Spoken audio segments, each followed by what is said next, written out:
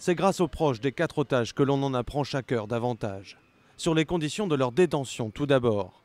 Séparés les uns des autres, Thierry Doll et Daniel Laribe d'un côté, Marc Ferré et Pierre Legrand de l'autre, ils étaient régulièrement déplacés d'une cache à l'autre. J'ai l'impression qu'ils étaient, oui, essentiellement à l'extérieur.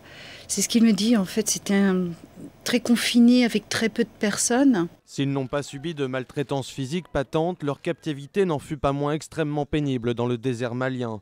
Le jour, sous un soleil de plomb, et par des nuits longues et froides. J'ai su par exemple qu'ils ont longtemps dormi à la Belle Étoile, sous un arbre, c'est des choses comme ça.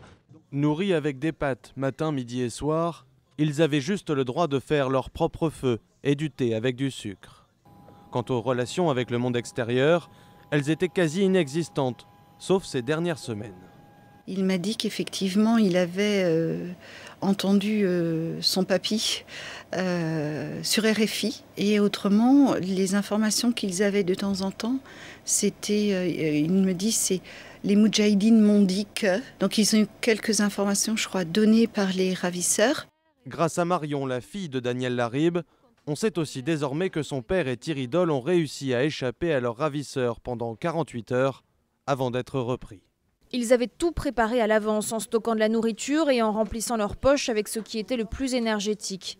La veille, ils ont fait une fausse piste et puis le lendemain, ils sont partis dans une autre direction avec 14 litres d'eau.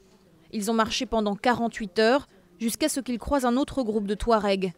Ils ont été mis au régime sec. Les quelques faveurs qu'ils avaient obtenues leur ont été supprimées. Puis le 11 janvier dernier, l'opération Serval est lancée.